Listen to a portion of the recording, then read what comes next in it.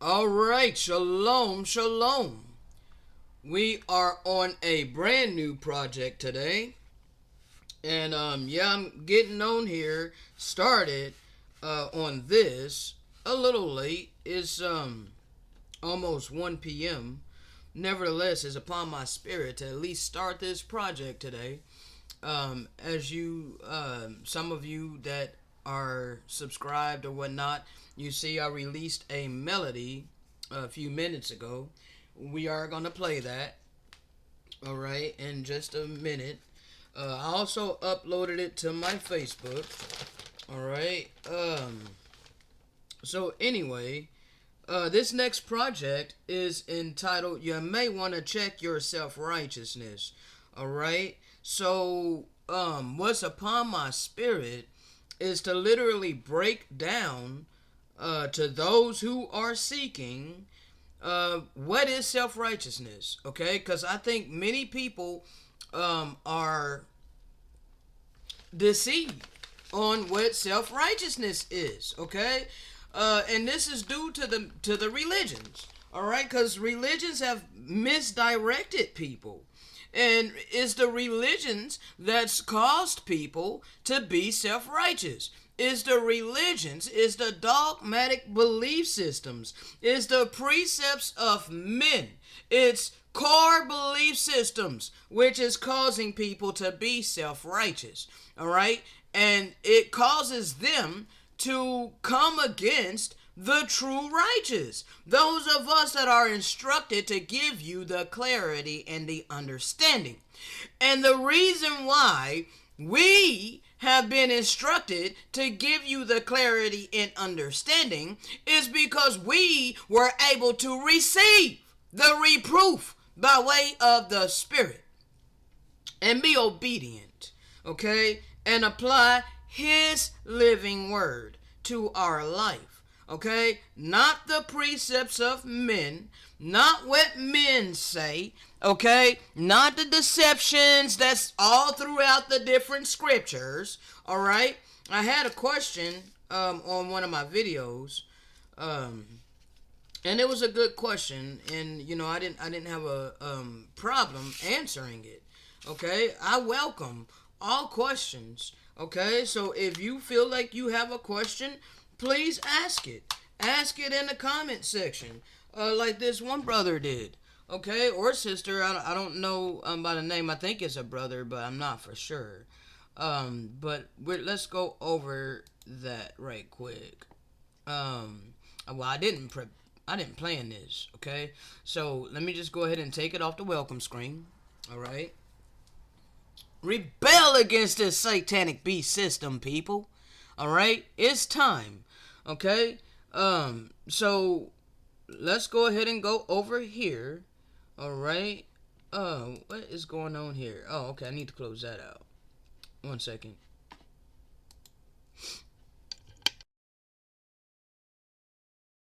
All right. So we got the main audio that we're gonna be going over up here. Give me just a moment.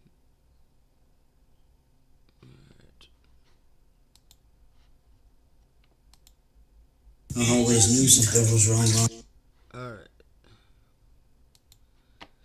So we'll be starting that in just a moment. First, we're gonna go over this comment. Okay. All right. Okay. So he commented on video number 4. All right. I wonder if you guys can see this. Yes, you can. Okay. All right. So you see his comment. What's the difference between Kodesh and profane? Why does it matter, if at all? What biblical precepts explain such? Who are our examples? All right, good question. So here's my answer by way of the Spirit. Kodesh equals holy, and profane is that which is contrary to truth and purity. it definitely matters to separate what's good apart from evil. Discernment is necessary to rightly divide the word of truth, because the physical man-made books are not infallible. Only the eternal living word is infallible, and that word has been embedded within our conscience, inscribed upon our spirit, and written upon our heart. It bears record to the eternal benevolence. Anything contrary is profane, therefore it comes from malevolence. Our examples we should look to are those who never went contrary to benevolence. The physical scriptures have been heavily polluted with all sorts of abominable blasphemies against loving kindness. My God is not a blend of good and evil. My God is all good, all benevolent energy. The God of this world, the God of man-made books, the God of all religions, is the adversary masquerading as an angel of light. Malevolence. All right? So, now let's go ahead and play this. Close to the end, close to the end, we're so much closer. We're so much closer.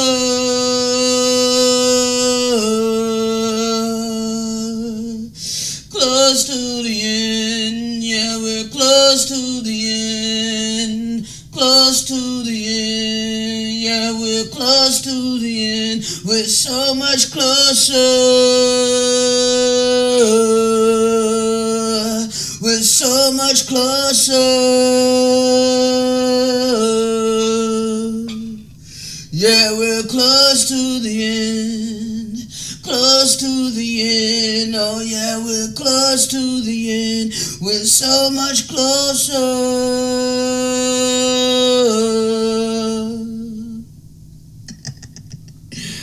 Oh, man. All right, there you have it. All right, we are close to the end, people. All right, put on Hamashiach. All right, that's all that Christ consciousness is. See, you many of you that are in your dogmatic belief systems, you automatically want to deem me evil because I said Christ consciousness. Why would you think that that's evil? The Messiah came to give us the light.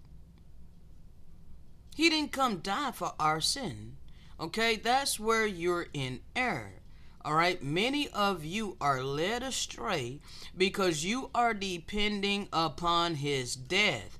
You're depending upon the wickedness that happened. Okay, that you have been misled. You've been misdirected.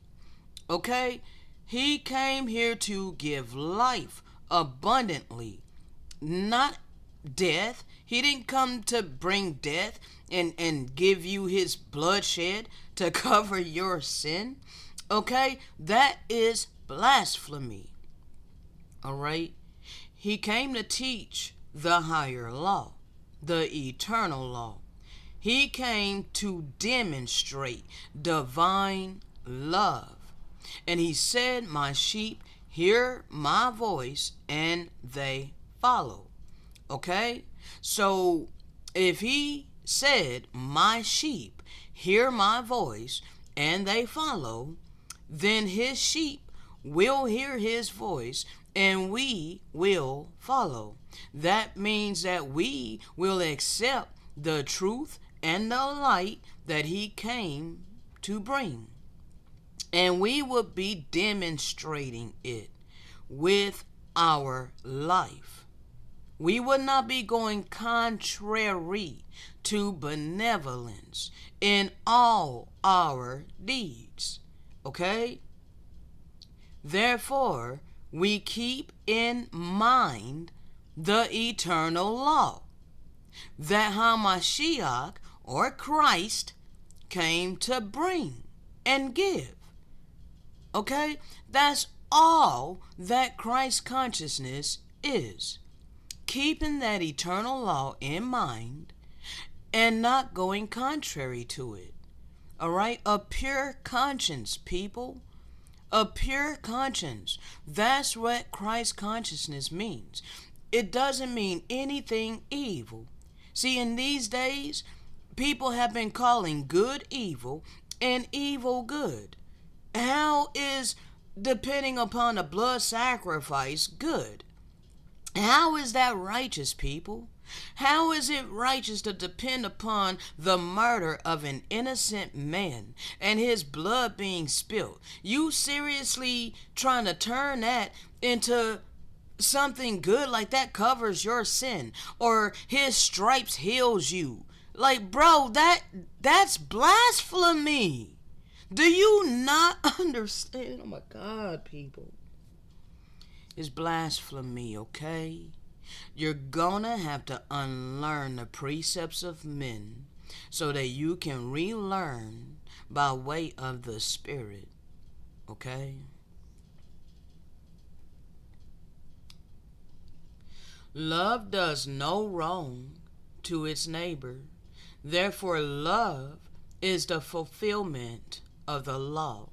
When he came to fulfill the law, he said that I come not to destroy the law nor the prophets, but I came to fulfill it. His fulfillment of it was love, divine love. He did not harvest any hatred, resentment, bitterness, envy, jealousy, malice. None of these things was he harvesting within his heart as these wicked people tortured and murdered him, mocked and blasphemed his name. Okay? He endured all of that with a pure heart. This is why he said, Father, forgive them, for they know not what they do. That was the purity of his heart. Nevertheless, that does not release those who shed his blood from conviction and condemnation. Okay? Because they performed that transgression against divine love. Therefore, they reap the consequences. Okay? All those who transgress divine love will reap the consequences thereof. Just because the Messiah said, forgive them for they know not what they do, that was him releasing any kind of malice or any kind of resentment, any kind of evil spirits in his heart. He did not accept no evil in his heart. Okay? He understood that they were in ignorance. All right? Nevertheless, they are not pardoned of their ignorance. They are not pardoned of their transgression, nor are you people today. Okay?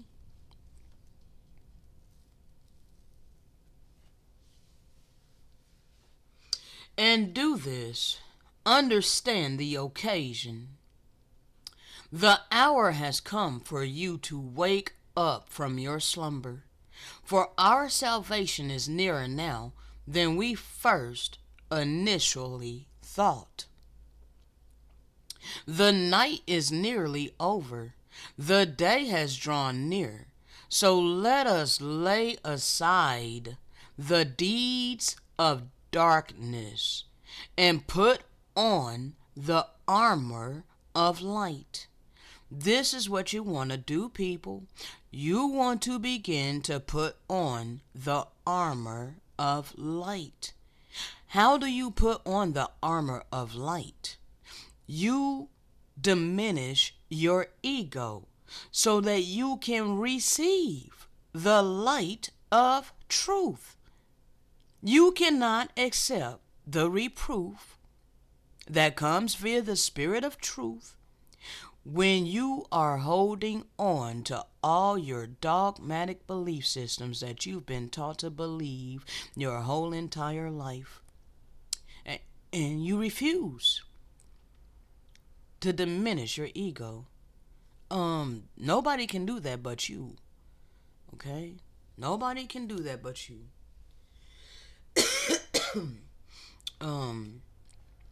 But once you diminish your ego, swallow your pride, and accept the reproof via the Spirit of truth, apply the living word to your life, repent of your transgressions, all right, and overturn your wickedness. Begin to operate in righteousness. That is how you put on the armor of light.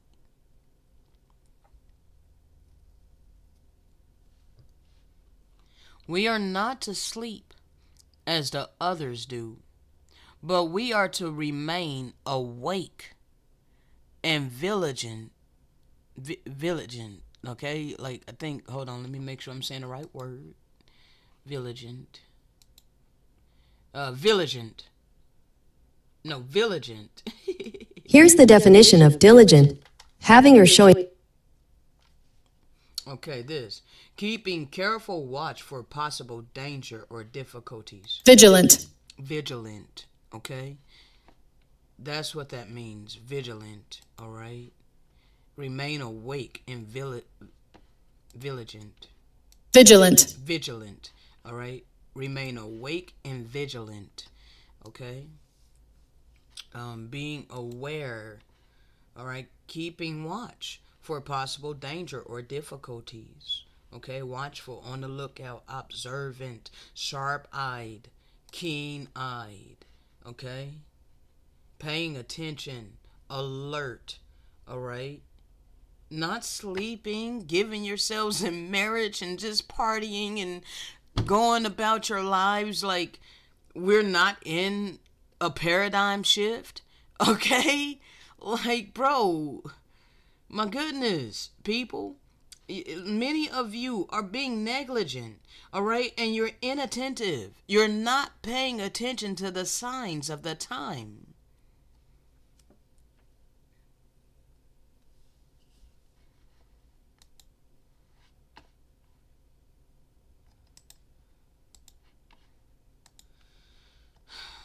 Submission to authorities. The only authority you want to submit to is the Spirit of truth, not earthly authorities. Because the earth has been given into the hands of the wicked, or allotted, rather. Okay, that's a better term. Allotted, not given, but allotted. Because the Most High God did not give this earth to the wicked. Okay, the wicked took it upon themselves to take over by much bloodshed. Okay, so you do not have to listen to those who set themselves up in authority over all humanity and all creation. You do not have to be obedient and obey them. You need to obey the eternal law of love.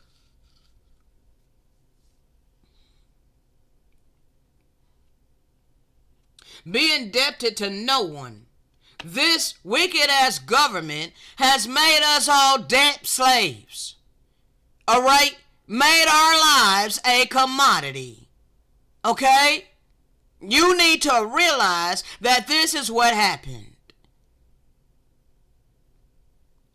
So therefore they have caused many people to cast off love. Even though this says, be indebted to no one except to love one another. Why is it that hardly no one is loving their neighbor as thyself? But they're also focused on the debt slave lifestyle. Selfishness and greed. Capitalism. That's their mentality. Ain't nobody got time for love these days. For he who loves his neighbor has fulfilled the law. Many of you have disregarded this important law. All for the trivial pleasures of this wicked ass world that is passing away. The commandments: do not commit adultery, no sexual immorality whatsoever.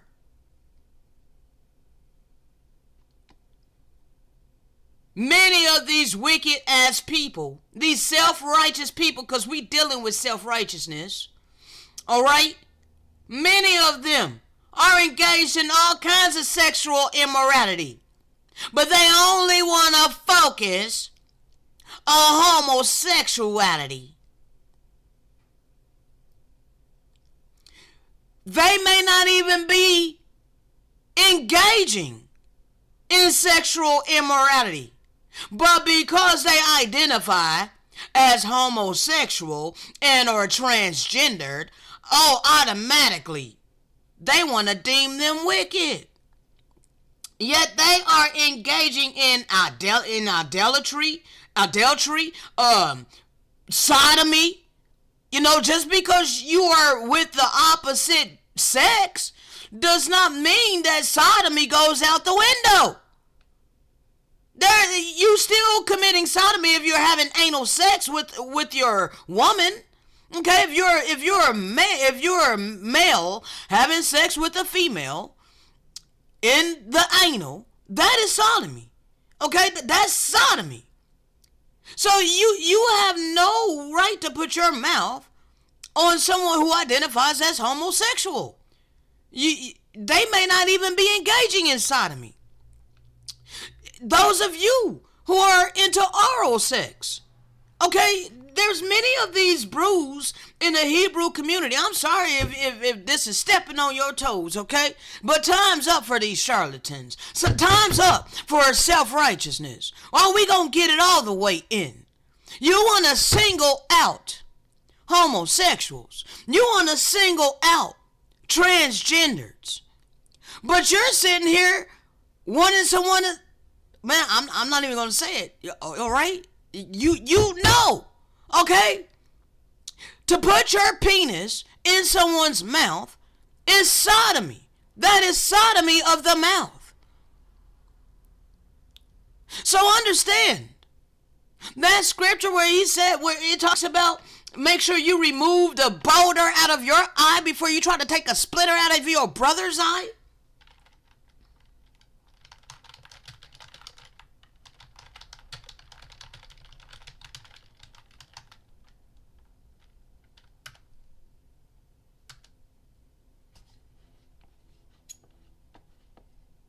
Oh, plank, okay? Remove the plank from your own eye. Then you will see clearly to remove the speck from your brother's eye. Okay? So you need to understand is homosexuality, transgenderism, these things are man-made titles. All right? You can't deem someone evil and immoral simply because of a title. Okay? But if that person happened to be engaging in sexual immorality, yes, they have a speck in their eye and they need to be corrected. But you can't see clearly in order to correct them. Because you got a whole plank in your own damn eye. Because you're committing a grievous sin. Sodomy is a grievous sin. That's an abomination. But you're self-righteously condemning someone who is just merely using their title. Do you understand the type of condemnation that's going to be upon you? So you're going to be judged according to how you judge. And because you can't see clearly with the whole plank in your own damn eye, you're deceived. And you're judging someone on surface level.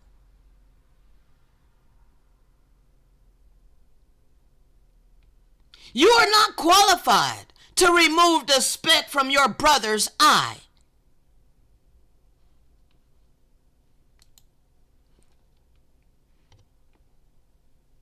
Only those who are not engaging in any kind of sexual immorality will be equipped to speak on sexual immorality and bring the reproof.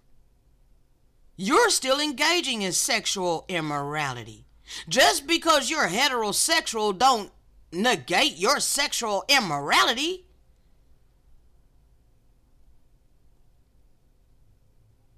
Do not murder. Do not steal. Do not covet.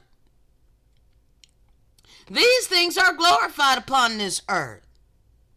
Those that set themselves up in authority over all humanity and all creation has done all of these things and more. But you're giving your honor and your respect to these people.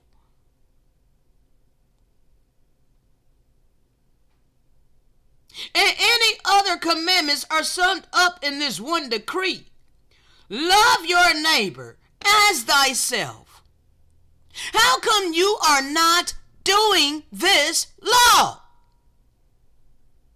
But you're all for murder. You support the troops.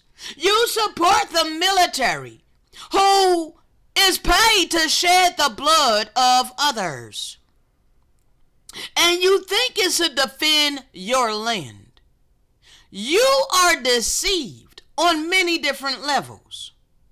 You have pledged your allegiance to flags. All of you, of your different nations, your different countries, you pledge your allegiance to your flag and your so-called land. Many of you are not even on your ancestral land. You think colonization was a righteous thing.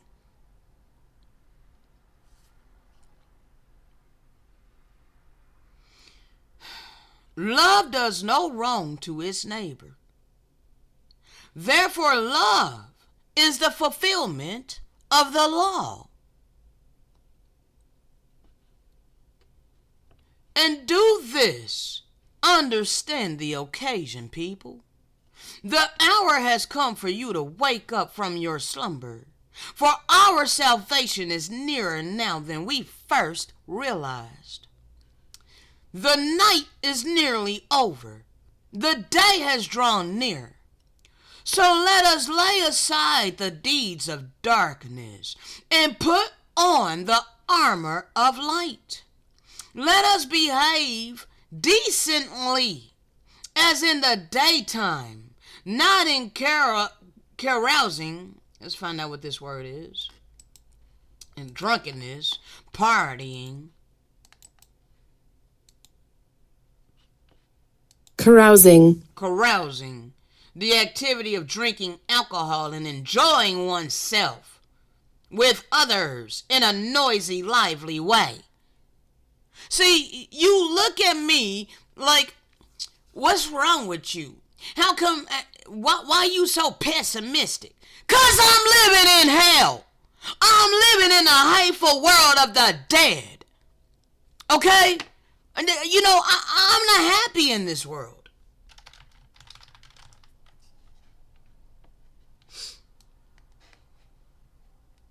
See, all you people that love this world, you're in Pleasure Island.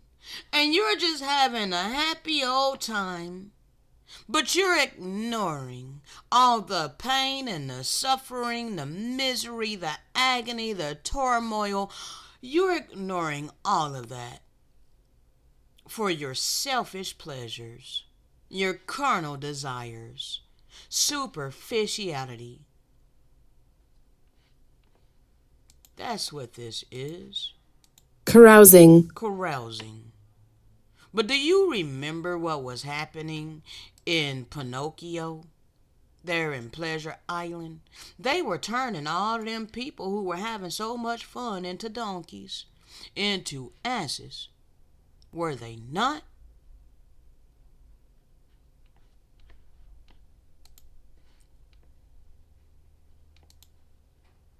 Let us behave decently It's time to be pure before the eyes of your Maker, for your Maker is looking upon all your deeds. Yes, we're all, everybody is in a valley of decision. Okay? There is a great change that's here. Okay? And this is the separation of the wheat and tares. Okay? Wheat will bow, but a tare will not.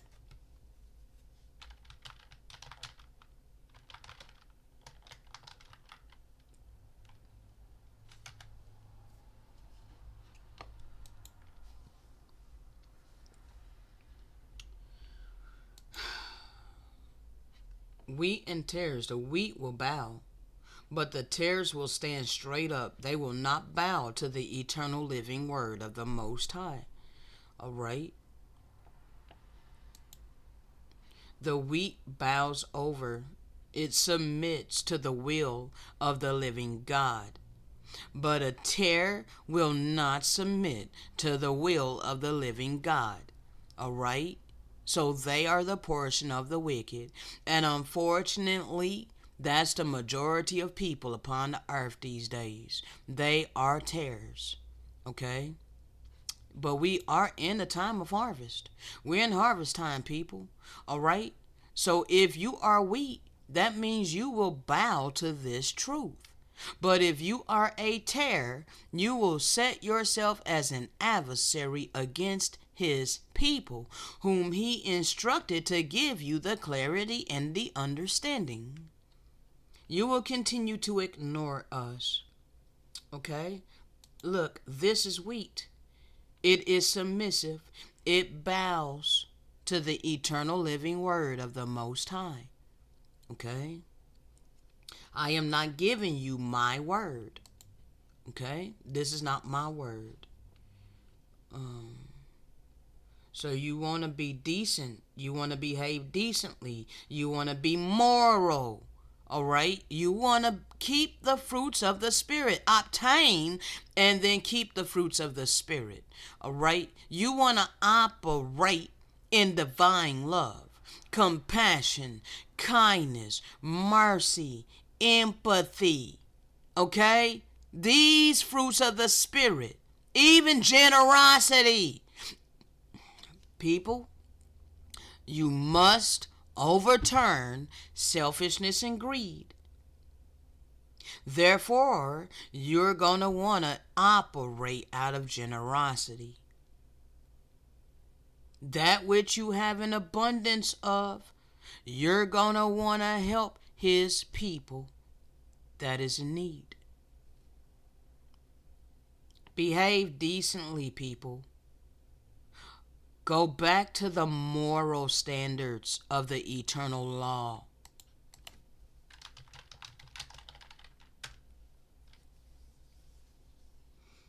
All right, the principles concerning the distinction between right and wrong, or good and bad behavior. Okay? Stop allowing the things that you've learned according to the ways of this world.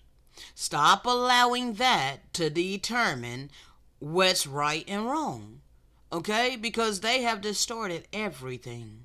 Okay? You think it's a right thing to get a man-made weapon to protect your family. That's immoral. It's immoral to obtain a deadly man-made weapon. Okay?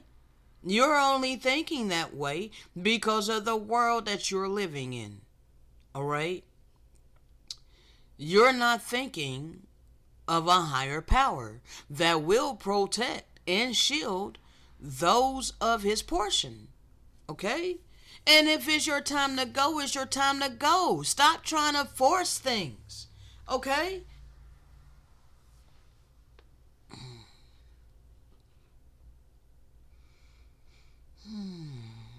Alright. So, we don't need your breakdowns of morality. I'm trying to... Okay, here we go. Okay. Virtue All right? Good behavior, benevolence, all right? Uprightness, okay? Principles, honesty, integrity, all right? Honor, all right? You want to be honorable even when you're behind closed doors. You want to be honorable to your maker. Your maker can see you at all times. Your maker can see what's in your heart. Your maker can see what's in your mindset. You want to be about justice. You don't want to be about withholding justice from someone just because of who they are. That's immoral. Okay? It's immoral to never restore a people whom you know were destroyed and had all kinds of atrocities happen to them. It's immoral. It's an immoral mindset to be complacent with never restoring this people. Fair play, justness, decency, chastenness. Hold on. I think this is like chastity, or hold on. What is chastenness? Let's find this. Being morally pure. All right. So you want to have a pure spirit, a pure conscience. All right. A pure heart. Okay. You don't want to have evil, ill intent in your heart. You want to face your demons, people. I got another video where I broke down facing your demons. Okay? You never going to get rid of your demons if you never face them. So you got to face your demons of jealousy, bitterness, envy, all of these things. Okay? And subdue them demons. Get rid of it. Pray. Okay? Fast. All right? Repent. Do what you can to subdue them demons. Okay? Get rid of them. All right? Because they are controlling you. They got their hold on you. Therefore, you can't hear via the spirit of truth. I wanted them to pronounce that. Hold on. Really? Why can't you pronounce this? What the hell? Chasing this.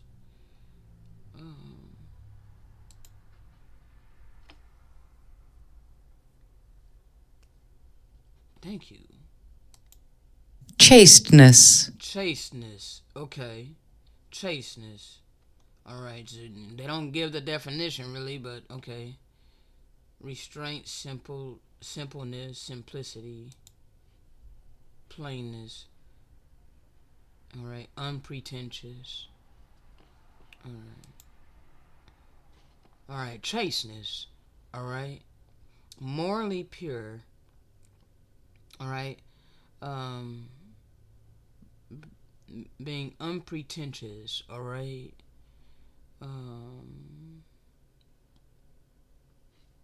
Okay. Chastity. That means abstaining from all sexual immorality, okay? Chastity. Refraining from sexual intercourse, okay? You want to be pure. Celibacy, all right? Abstinence. Self-restraint. Self-denial, okay? Decency. Goodness. Morality, all right? Decorum, okay? Innocence. This is what we need to return to. That's what the Great Spirit, that's what the eternal benevolence wants of us. To be pure. To be like a child. Okay? This world is so hard on those of us that were naturally this way. Okay? I've experienced it my whole life, and I was demonized for it. I was demeaned and belittled and put down and scorned for having a childlike heart. Okay? But this is what the Father requires of us. All right? Innocence, purity, okay? Continuance, all right? But we're living in a world of promiscuity and immorality. Okay? Why are you so complacent with that? Why are you so complacent with demoralization of humanity? I can't stand this world, people. I'm the complete opposite of this world. All right. So let us behave decently, as in the daytime, not in carousing and drunkenness, not in sexual immorality and debauchery, not in dissension and jealousy. Instead, clothe yourselves with the Lord, with the Messiah, Christ consciousness, all right? And make no provision for the desires of the flesh. Meaning, like I went over this the other day. You don't want to listen to sex music. You don't want to feed your mind with all the immorality of this world that's already forced upon us. All right. I mean, hell, there's billboards of half-naked women, half-naked men. Okay. You can't help but be bombarded with immorality in this world. So you really don't want to go out of your way to be, listening to sex music. Okay? You don't want to go out of your way to listen to shoot 'em up music. Okay? You don't want, and I ain't never listened to no drill music. That came after I had stopped listening to, the music of the world. Okay? And it's been a while, people. Okay? Since about 2019 or so, I started changing the type of music that I listen to. All right? Over a period of time, it's been replaced. I no longer listen to sex music at all. Why the hell would I do that when I'm trying my best to live a pure lifestyle? Okay, you can say all damn day that you trying to live a pure lifestyle, but you polluting your temple all damn day. You polluting your mind. You polluting your eyes. Okay, because all of these things are portals. Okay, your ears is a portal, so that what you listen to is gonna come into you. All right, that what you view, that what you see through your eyes is a portal, is gonna come into you. All right, so you want to guard what it is you watch. You want to guard what it is you listen to. Okay, you want to guard what it is that you eat. All right. How the hell are you going to stop yourself from sexual immorality, these sexual cravings, when you're partaking of the table of Satan? All right. And you're ingesting all of these damn parasites, which is manifested demons within your body. And it's these parasites which gives you more cravings of your sexual desires. All right. Because the demons are craving it. All right. And they make it more pleasurable for you as well. All right. Because they're enjoying it right along with you. I am sorry if this is on such a high level for some of you. Okay. But I'm here to help people elevate how you want to go. All right. Now, we took care of that. Go back over here and deal with some more of these cross references. So it is said, wake up, O sleeper, rise up from the dead, and a Messiah will shine on you. Let me check my time. All right, 43 minutes. All right. Matthew 24:42. Therefore keep watch, because you do not know the day on which he will come. Keep watch at all times and pray that you have the strength to escape all that is about to happen and to stand before the Son of Man. The end of all that is evil is near. Therefore, be clear-minded and vigilant, so that you can pray. Okay? So that you can pray. Many of you are not in a position to where you can pray. You think you praying to the Most High God, but he ain't hearing you. Okay? He turned his ear from the wicked. Okay? And you're puffed up in your pride and your arrogance. You are self-righteous. So he ain't hearing you. He only hears his obedient ones. Okay? So it's us that can pray. It's us that he hears. And we know that the end of all that is evil is near.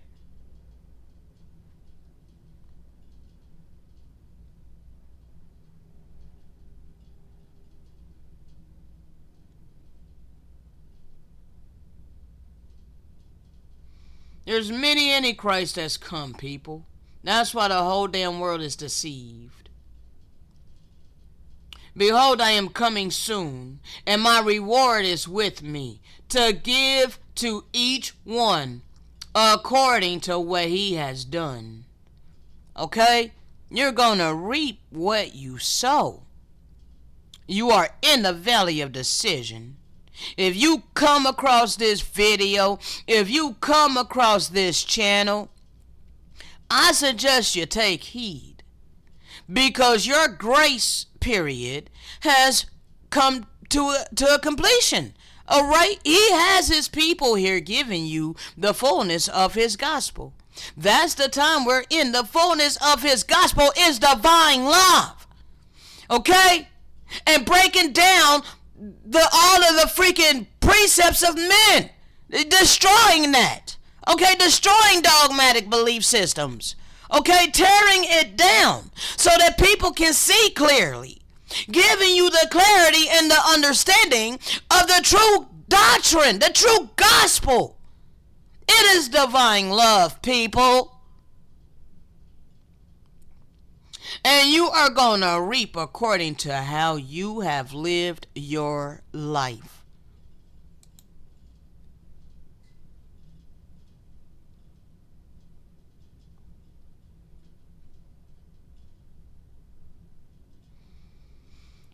Second Peter 3:9. The Most High is not slow in keeping his promise, as some understand slowness, but is patient with a lot of you, not wanting anyone to perish, but everyone to come to repentance. All right? Many of my brethren are against this scripture. It's like they want you nations to be destroyed. It's like many of my people are looking forward to the destruction of the nations. I'm not looking forward to your destruction. I'm not looking forward to the destruction of anybody. I am, however, looking forward to the destruction of this system. Okay? I'm looking forward to the destruction of the evil that was allotted upon this earth. But I don't wish for anyone to suffer. Okay? Nor do my Father. My Father doesn't want any to perish. My Father wants you to humble yourself, as you're going to hear it on this audio. I think this one, or it might have been the other audio that I brought out, bro. I be bringing so much people. All right, so I don't remember. But I know that I've said it many, many, many times. The Father wants you to humble yourself and accept the truth, but it's not going to force it upon you. Okay? It's a free gift that you have to accept. All right? Now, let's see. Blow the ram's horn in Zion, sound the alarm on my holy mountain. Let all who dwell in the land tremble, for the day of the Most High is coming. Indeed, it is near. The great day of the Most High is near and coming quickly. Listen, the day of the Most High, then the cry of the mighty will be bitter. That's the cry of the rich and wealthy, those who set themselves up in authority over all humanity and all creation, raining terror upon all civilization.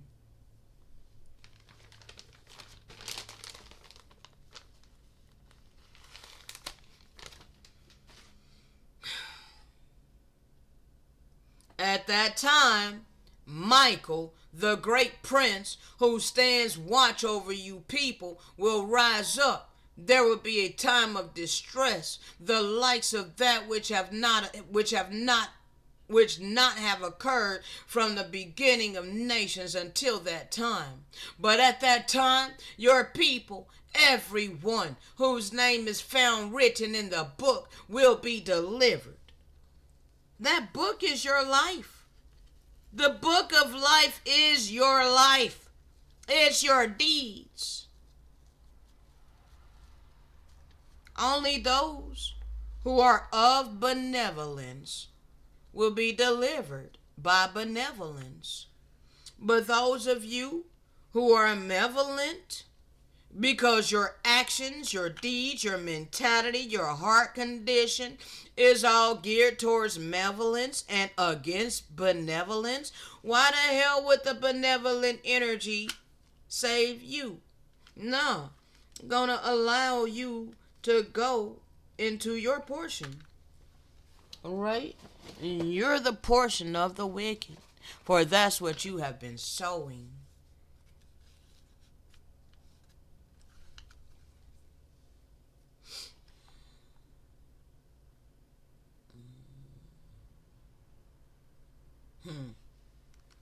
You see, the Messiah called things the way it was. He called people out on their hypocrisy. And his sheep hear his voice and we follow. See, you want to call me arrogant. You want to say I'm self-righteous. Well, see, no longer can you gaslight us. No longer can you force us to second guess our reality when we have been given the clarity and the understanding by way of the Spirit. So it's you people that's going to have to humble yourselves and bend to this truth, because it ain't my word. Okay?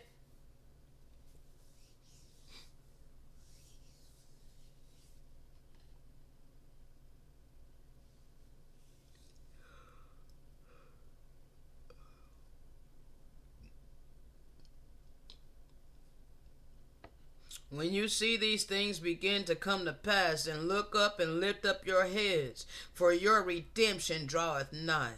Now, when he says for your redemption, do you think he's talking about the whole damn world? No.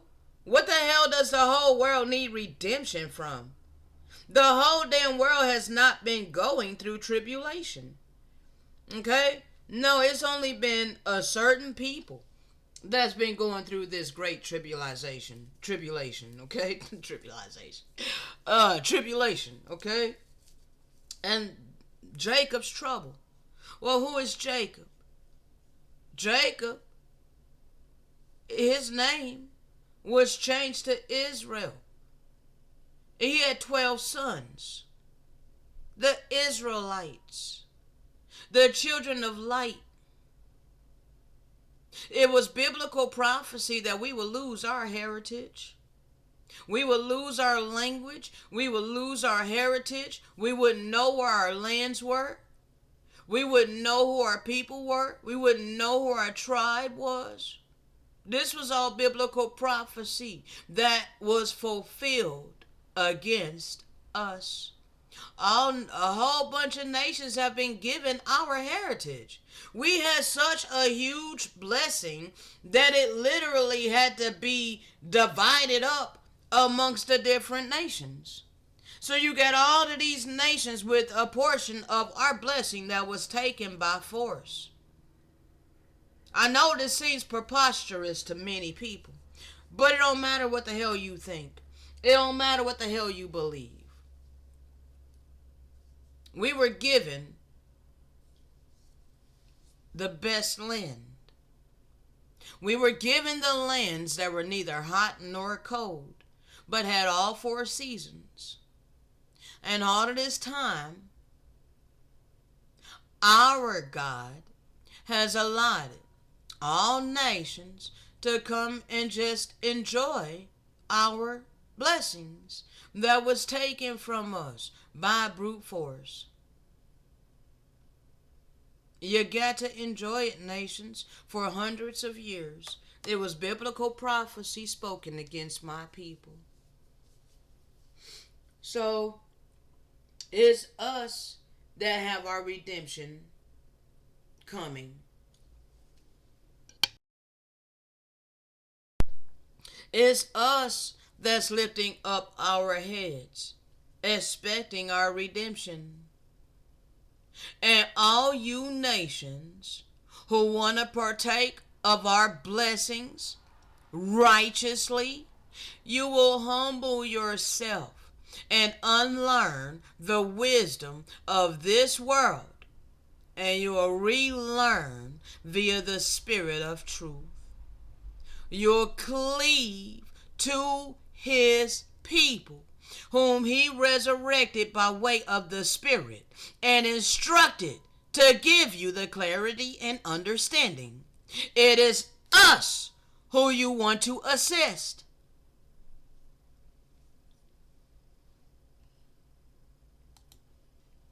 And this is exactly how you will put on the armor of light.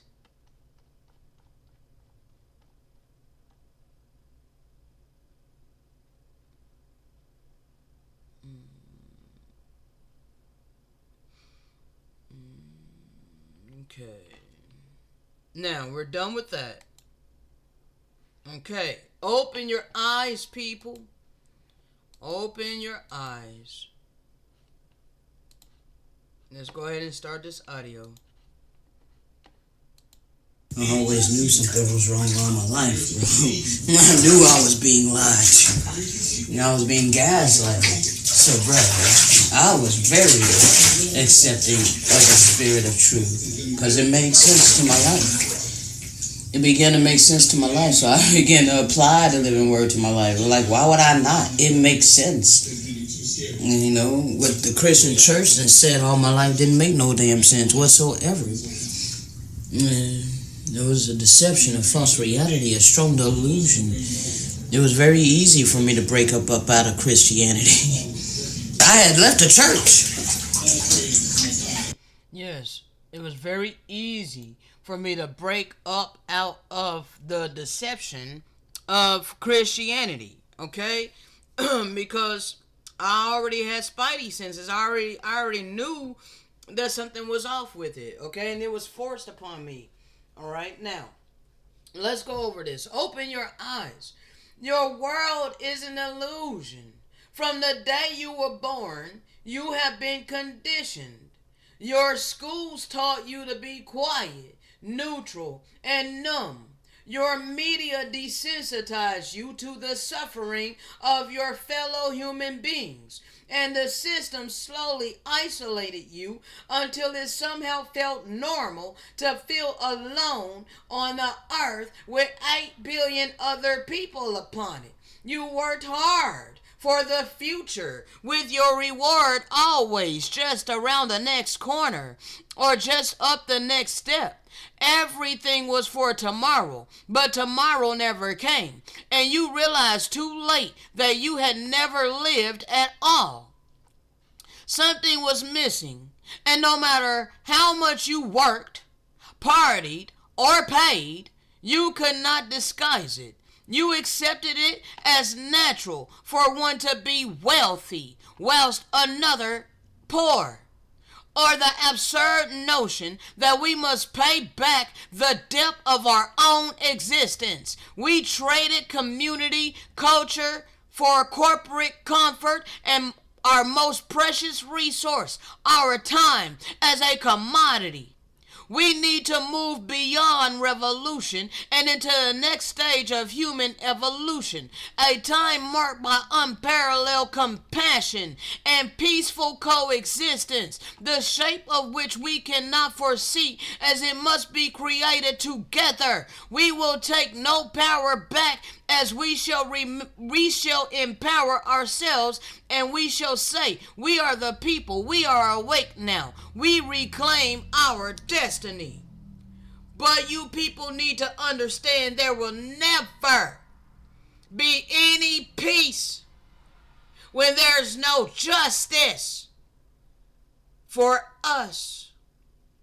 Therefore, you must join with us in order to bring peace upon earth.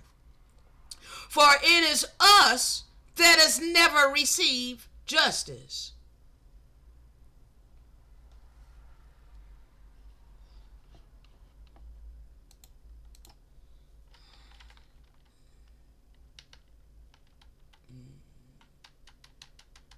Hold on a second.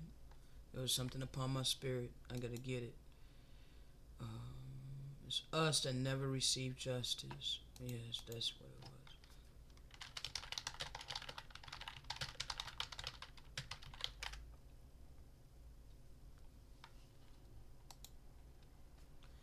We are these people of Daniel chapter 9, verse 12.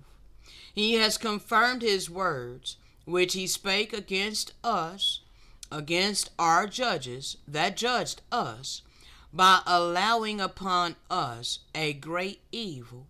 For under the whole heaven has not been done as has been done upon us. Okay? We are Jerusalem. Okay?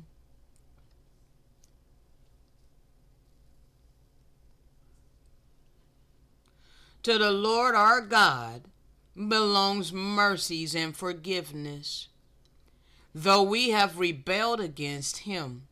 Neither have we obeyed the voice of the Most High our God, to walk in his laws, which he set before us by his servants the prophets. Yea, all Israel have transgressed thy law, even by departing, that they might not obey the voice of the Most High. Therefore the curse was poured upon us, and the oath that was written in the law of Moses, the servant of the Most High God, it was fulfilled, because we have sinned against him, and we refuse to humble ourselves and repent. Therefore we went into this long duration of captivity. All right? Long continuance of this captivity, while all the nations got to enjoy our blessings that was stripped from us. Okay? Yes. Yes.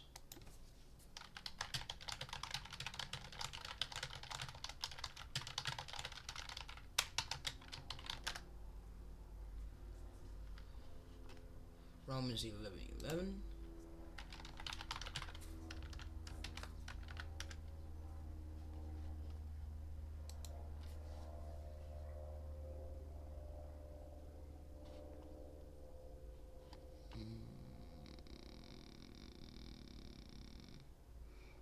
Hold on, bro.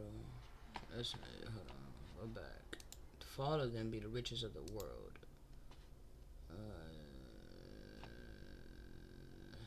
Okay, I think it's 12.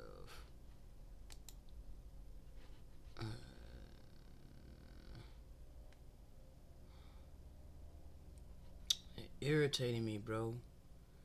Hold on. There's the KJ. Rather through their fall salvations come. But this is, hold on, man. It's irritating me.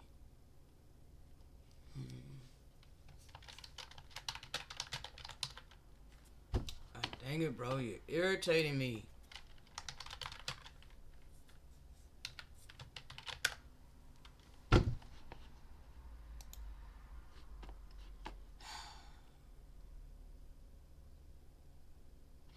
Okay, it's 11:12. Okay.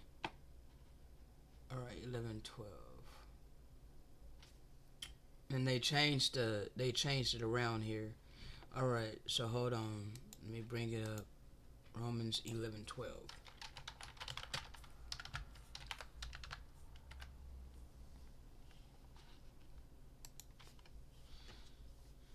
Alright, 11:12. Okay. Now, if the fall of them be the riches of the world, and a diminishing of them the riches of the Gentiles, how much more our fullness? We are the people that have yet to be filled. Okay? We are the people who have been plundered and looted and never restored.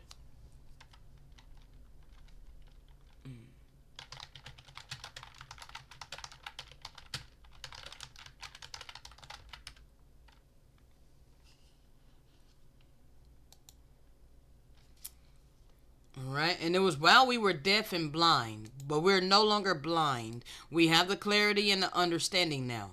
So now it's time for you nations to listen. Okay? This is a people plundered and looted. Okay? We were robbed. Okay? We were all trapped in caves, prison and dungeons and prison houses and all of these things. We became plunder with no one to rescue us. and loot with no one to say, restore us, okay? See, none says restore. None says restore her. Not send them back, okay? But give back to us what was stolen, all right? This is our ancestral land, okay? So we don't come from, a lot of our people over here don't come from Africa, okay? Our land was invaded, okay? And our resources were taken by force, okay? We have been for a prey with no one to help us. Okay? We're this people. Okay? We are this people. All right? So because of our fall, the nations are wealthy. Okay? The Gentiles became rich because of their diminishing of us. All right? This is biblical prophecy that was fulfilled against us. Okay? Because we sinned against our God. So he allowed the nations to invade our land.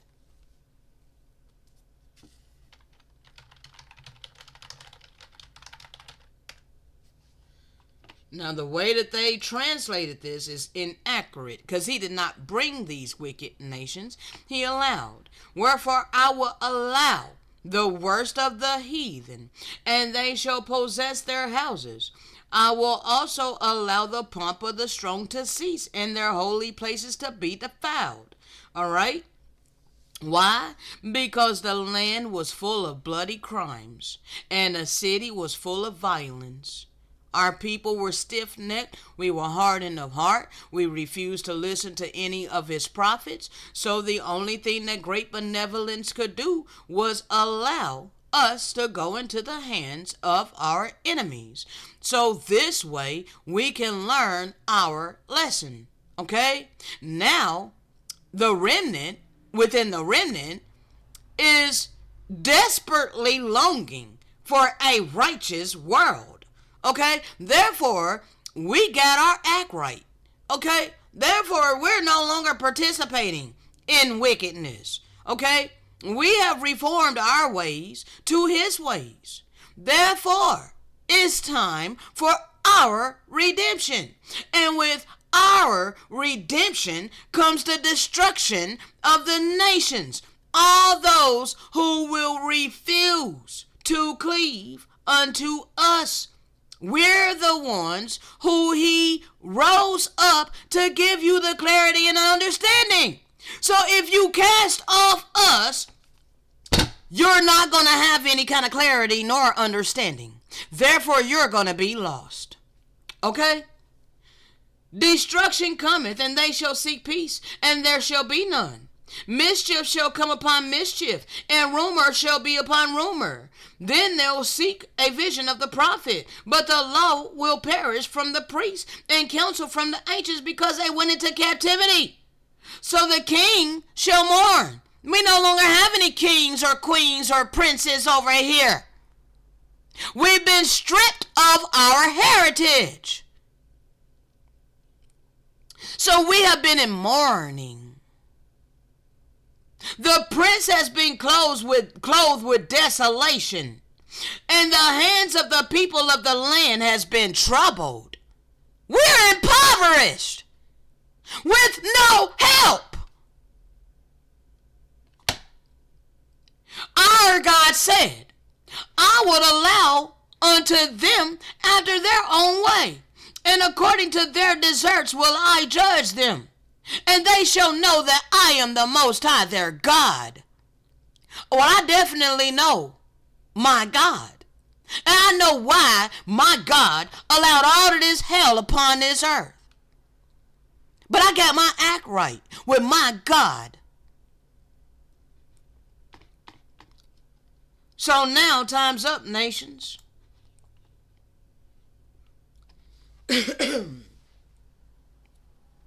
As it is written in the law of Moses, all this evil has come upon us.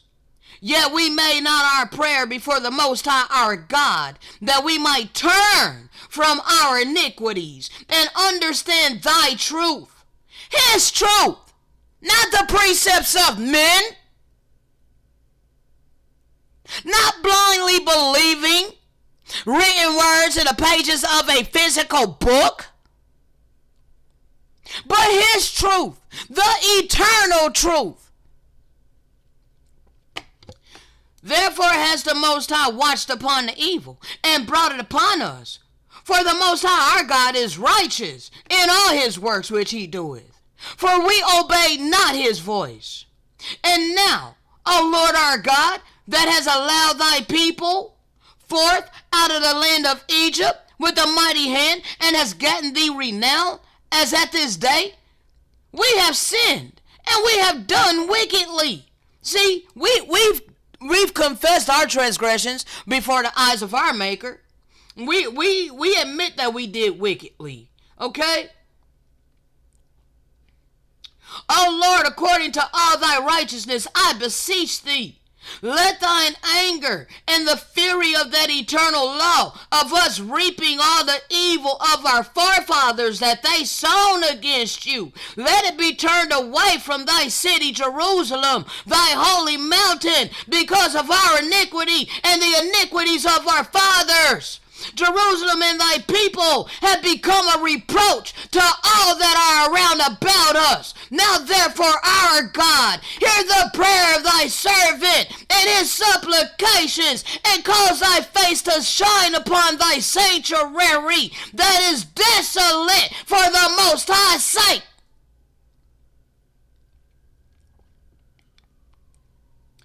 O my God, incline thine ear and hear. Open thine eyes and behold our desolations, and the city which is called by thy name. For we do not present our supplications before thee just for our righteousness, but for thy great mercies. It's also because of our righteousness. That is why I can say this prayer in confidence and know that my God is going to deliver me. Oh Lord, hear. Oh Lord, forgive. Oh Lord, hearken and do. Defer not for thine own sake, O my God. For thy city and thy people are called by thy name.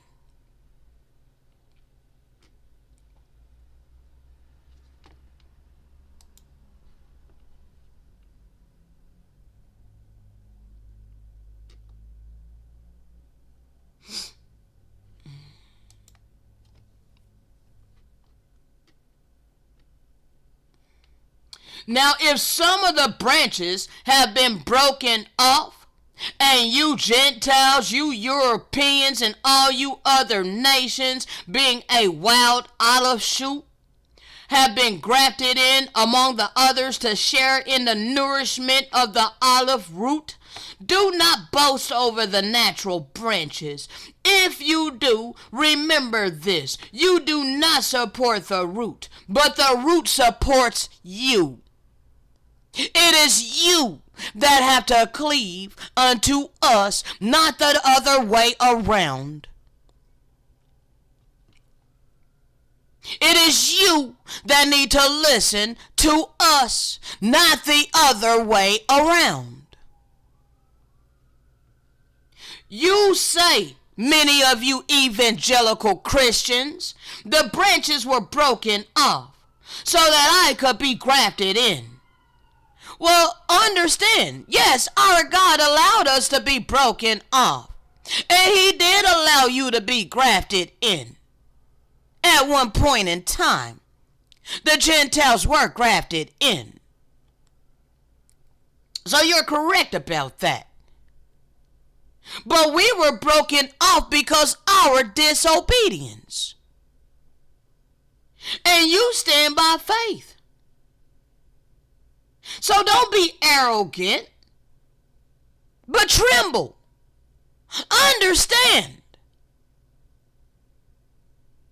For if the Most High did not spare the natural branches who were being disobedient, he is certainly not going to spare you.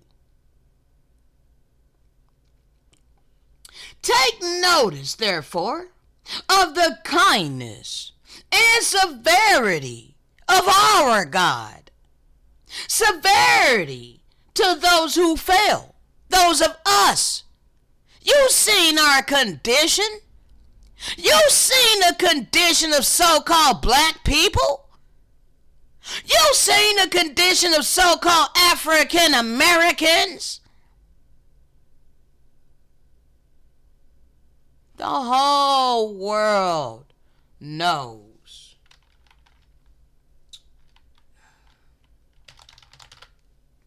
Second.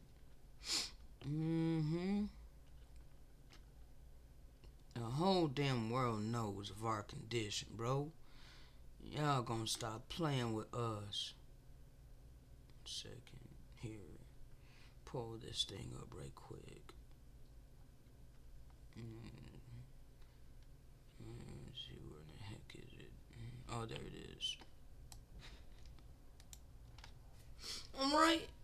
And the heathen shall know that the house of Israel went into captivity for our iniquity, because we transgressed against the Most High God. Therefore he turned his face from us and allotted us into the hand of our enemies. So we fell by the way of the sword. But you are not taken into consideration, nations, our restoration by way of the Spirit. See, you are casting off the rest of the prophecy. You're wanting to stop at our destruction. And now the nations then took over. That's where you want to stay. You don't want to deal with this prophecy in Baruch 2:30, how he said that, yeah, I knew that they would not hear me because it's a stiff-necked people. But in the land of their captivities, they shall remember themselves. How come you want to ignore this prophecy? How come you want to ignore the valley of the dry bones? How come you are ignorantly ignoring the living witnesses that's been resurrected after 3.5 days? You're doing that to your own detriment, nations. See, to your own detriment, you're holding on to your dogmatic belief system that want to try to force us to repeat after you. You are not the children of Israel. You are African Americans. You're what we say you are. You're from Africa. You're from sub-Saharan Africa, and that's that. Well, time's up for you forcing your Eurocentric worldview. It's no longer a Gentile world. Your time is up. Okay? Now you're in a valley of decision. So, understand, we're the ones who fell because of our disobedience. And he's only been kind to you to allow you to enjoy the blessings that was stolen from us, which means it's the blessings of Lucifer, because you did not get the blessings from us in righteousness. Okay, it was done in great wickedness. All right, hold on a second. Let me should I bring that on out, Father?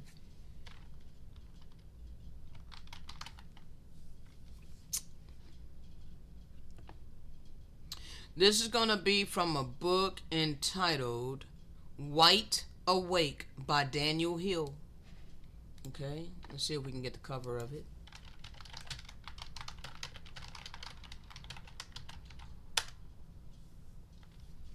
Alright. This is the author. Hold on. This guy right here is the author. So you can see it is a European. Okay. This is the guy that wrote the book. Okay.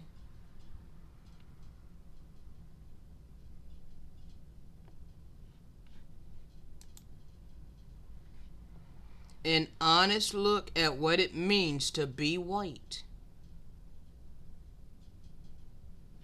Okay.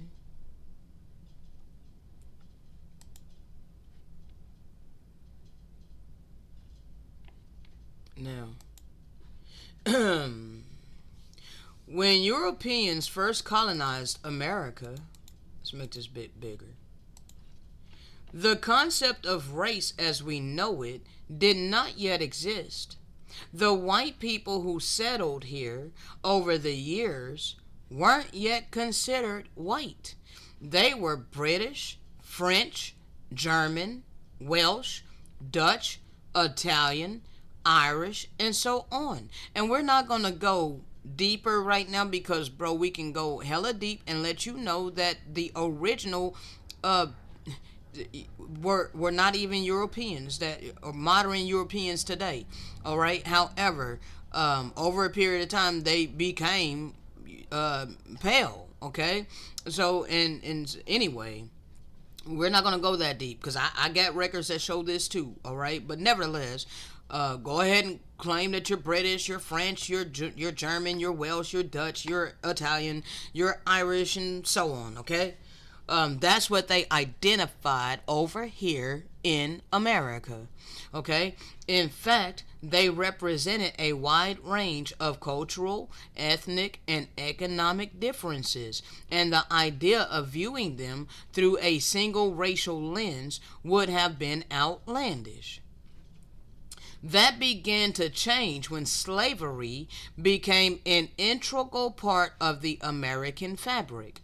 The economic machine created by Europeans was expanding at a torrid pace, and its dark secret was in reliance on slave labor as as its primary fuel. All right, as its primary fuel. It depended on slave labor as its primary fuel. The horror of slavery was a major moral crisis for America. But instead of acknowledging the sin of that enterprise, we went in the opposite direction. We began to de-emphasize the differences between various European ethnicities and began to describe white people as a human collective that was inherently superior to people of color. All right. In his critically acclaimed book, The Wages of Whiteness, David Rodiger, professor of American Studies and History at Kansas University, made the case that slavery had a dramatic impact on the social construction of race and specifically on what we now consider to be white. He contended that this construct was a conscious effort by slave owners to gain distance from those whom they enslaved, though there had been no collective sense of white before slavery. That changed quickly. By the 18th century, Rodiger wrote white had become well established as a racial term in the United States. By the end of the 19th century, it had become an all-encompassing term. Another book often cited when exploring the social construct of race is Noel, and I don't know how to pronounce his last name, How the Irish Became White. All right? He tracked the historical immigration patterns of the Irish to America and contended that in their early years here, they were mistreated, oppressed, and seen as inferior to other European ethnic groups. He wrote that because of their suffering, they formed a unique bond with. Hold on, let me get the other one. Unique bond with. Hold on, bro. What? Dang it, I don't know if I got the actual next page. This is part 2. Oh, I don't have, looks like I don't have the rest of this. I do have another part of the book, but it doesn't look like it continues. Alright, so hold on. Let's just go ahead and get this, alright? Because we don't understand what these things really are, that narrative of racial difference was created during slavery that resulted in terrorism and lynching that humiliated. Let me make this bigger. Belittled and burdened so-called African Americans throughout most of the 20th century. The same narrative of racial difference that got Michael Brown killed, got Eric Garner killed, and got Tamir Rice killed, that got these thousands of others of quote-unquote African Americans wrongly accused, convicted, and condemned. It is the same narrative that has denied opportunities and fair treatment to millions of people of color, and it is the same narrative that supported and led to the executions in Charleston, South Carolina. As we reflect on the significance of his description of the narrative of racial difference, let's focus on 3 of his points. 1. We created a narrative of racial difference to maintain slavery. And let's get another thing that confirms that it was Europeans who created race.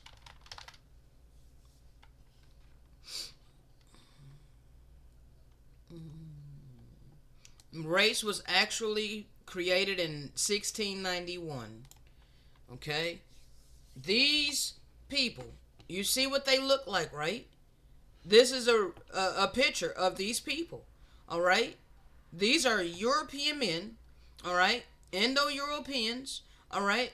Who identified themselves as Virginians because they were living in Virginia, all right? On indigenous land. They did this on indigenous land, but they are not indigenous, okay? But they took it upon themselves to legislate a new class of people into existence, the whites. They gave the whites certain rights and took other rights from whom they called blacks, okay? But we were the indigenous people of the land, all right? White, as a language of race, appears in Virginia around the 1680s and seems to first appear in Virginia law in 1691. And thus, whiteness, and to a degree as well as blackness, was born in the mind of America. Okay? So there you have another receipt there that race was created by Indo-Europeans. So you have no right to tell us that we're using the race card when your people created race for the purposes of belittling and demoralizing, dehumanizing, and for the purposes of slavery and making yourself superior. Okay? You did this. Your people did this. Alright, so you have no right to claim we're the ones that's racist when we talk about your real history. Okay? This connecting back to the first point of this chapter, race in America is a social construct. Taking a different angle than any we've explored, Stevenson points out that early white Christians faced a moral dilemma when it came to slavery. How could they justify the possession and ownership of a fellow human being? He suggests that the only way was to subscribe to a narrative that claimed white people were inherently more human than black people. Number 2, I don't believe slavery ended in 1865. Oh, it didn't. It most definitely evolved. Okay, they basically expanded it. All right? It didn't go away. They expanded it. And they began to make even more money off of us by creating the prison industry. Okay?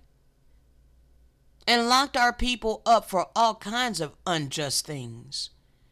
Alright? Forced us to labor for free for petty crimes or for just being accused of a crime. Here Stevenson observes the difference between the institution of slavery. Alright, I got one more screenshot of this. Hold on.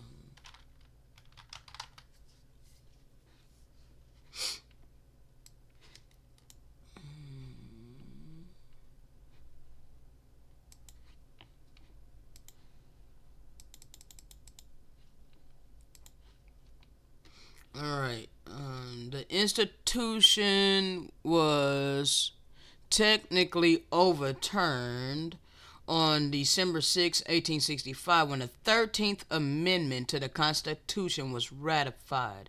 So this what they used to get free labor from us by writing their unjust laws and legislations and locking us up. As important as the legal dismantle of slavery was, it failed to uproot the ideology that allowed it to... And it's cut off, bro. If you ever try to maintain a garden, you know that uprooting is an important task. You can remove weeds all day, but if the roots are not extracted, it's just a matter of time before the weeds return.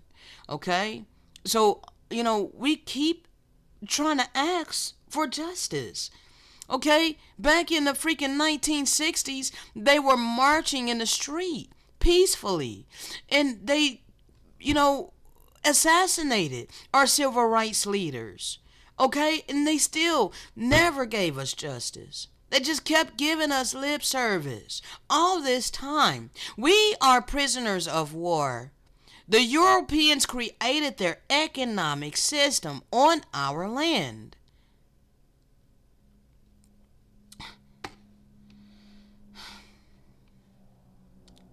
It is the same narrative that has denied opportunities and treatment to millions of people of color, and it is the same narrative that supported and led to the executions in Charleston. Here, Stevenson something tells us to see the presence of the narrative in the early days of America and to follow the thread throughout the different eras of American history.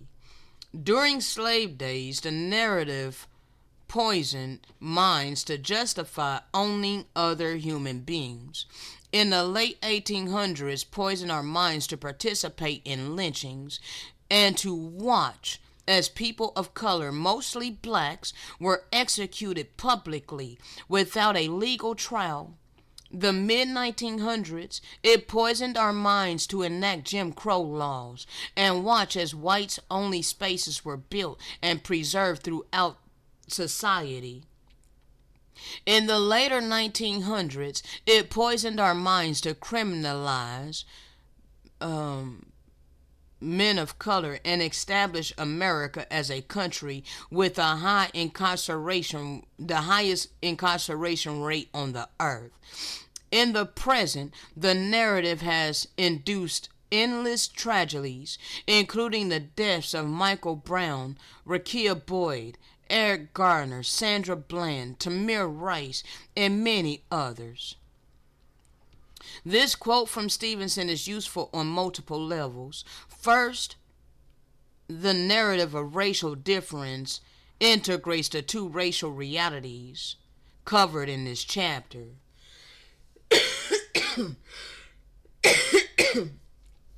Sorry about that. Race is a social construct, and this construct was built around the history of white supremacy.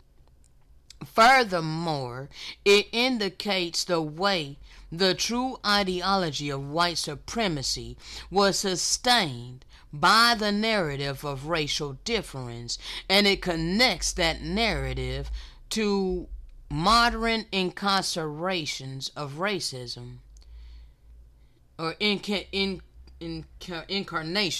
modern incarnations of racism. All right, the quote is helpful for another reason as well. The reason of particular importance for Christians.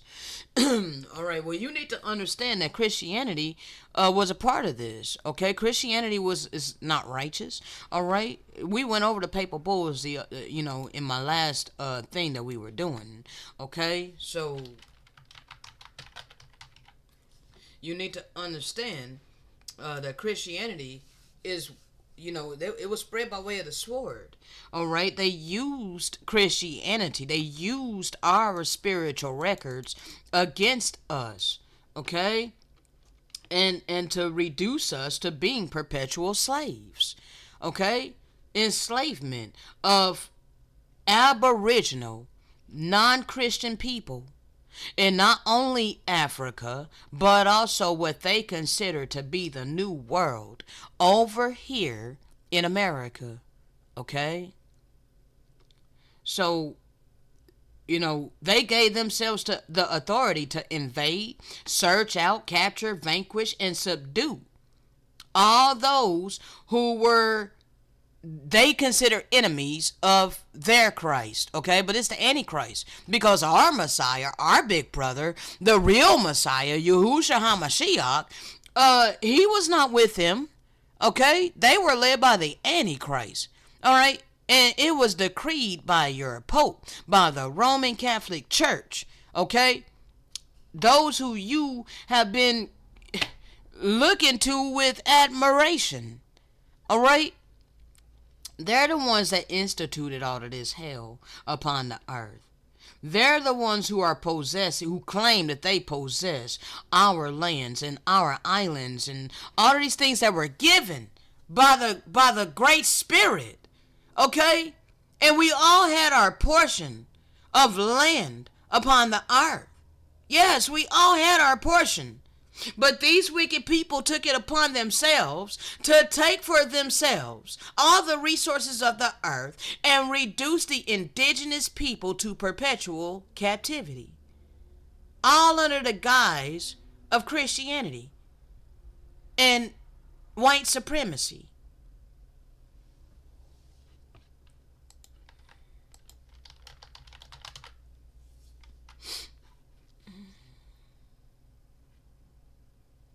Second.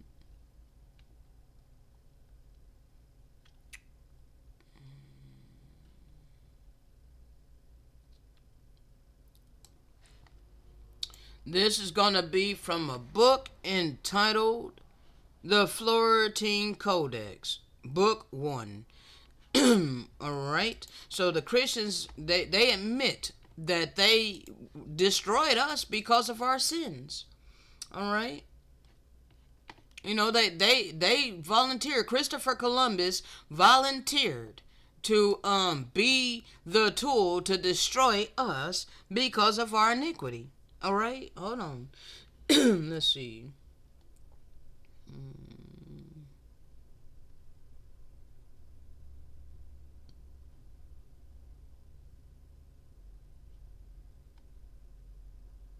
So this was their excuse. For they were wont to be soothsayers, to steal others' goods, to practice divination by means of knotted cords, to practice divination by strewing grains of dried maize. And they slew things before the devils, the demons, and they slew their sons. With them the debt was paid before carved stone, carved wood, and they ate the flesh of men. All right. Thou hast waited long for these to turn from their evil lives. Okay? But because they wished not to turn from their lives, thou hast destroyed them. Thy vassals, the Christians, brought to an end their wickedness. They conquered them. All right? This was the whole thing of till different, dumb diverses, go destroy them. We were called pagans, all right? They came over here in their self-righteousness. We'll do your will, God. We'll go slay them niggas. We'll go put them niggas in check. We'll let them know that they're being destroyed because of their evil against you, God. All right? But the Most High also said, thou shalt not kill. But they came over here killing. They came over here raping. They came over here robbing. They came over here destroying. Okay? How the hell do you think that you were doing the will of the true and living God? No, you were doing the will of Satan. And our God allowed it because of our iniquity. Okay? We shed blood, therefore he allowed our blood to be shed. Okay? But he never sanctioned murder. He never sanctioned raping, robbing, and he never sanctioned any of that. My God never sanctioned that. Okay? My God only allows it for a certain period of time, for the purposes of chastisement. Okay? And righteousness. Okay? Because of the righteousness that's going to come in the end of the wickedness. All right? See, my God looks at the end. Okay, my God knows the beginning to the end. Okay, we as mortals, most of us, we only can focus upon what we're experiencing. Although some of us have a higher perception to where we can perceive. All right, that's been me. I've been able to perceive outside of this reality that I was born in. Okay, so I can perceive the end of this wickedness. I can perceive that something wasn't right about this reality. Okay? Now I have the clarity and the understanding trying to break it down to you people. Okay? My God only allowed this evil for the purposes of chastising those of us who he knew in foreknowledge would have the ears to hear in this time. Okay? And to also give a chance for all the other nations to have their free agency to choose whether they were going to be good or evil. Allow them their blessing of Lucifer. Allow them to enjoy their blessing. For all of this time, for centuries, our God allowed you to enjoy these blessings. You get to enjoy the dainties of the world. All of you with your lavish houses, your lavish cars, your vehicles, and all of these materialistic things. You are living lavishly. You're able to take vacations and all these things. You got lake houses and beach houses. You got a freaking penthouse overlooking the freaking skyline, overlooking the city. Got a great skyline view. Okay? We ain't jealous of you. You get to live in your blessing. Our God allowed it. But this ain't the true reality. You are not taking into consideration the time frame we've all been living in.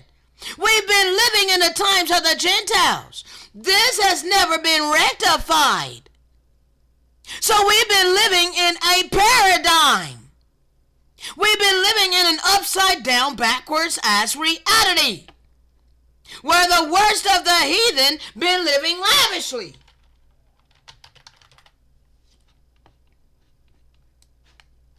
You get the Gentiles, the pale-skinned people, that is the richest people upon the face of the earth. Where's the indigenous people? How the hell are we not the richest people in the world when we were given the best land? Because it's the resources of the land that makes one wealthy. Europe doesn't have any resources of wealth. Everything that Europe has was stolen from the indigenous people of the wealthy lands. The lands that had gold and precious jewels. The Americas had all the metals.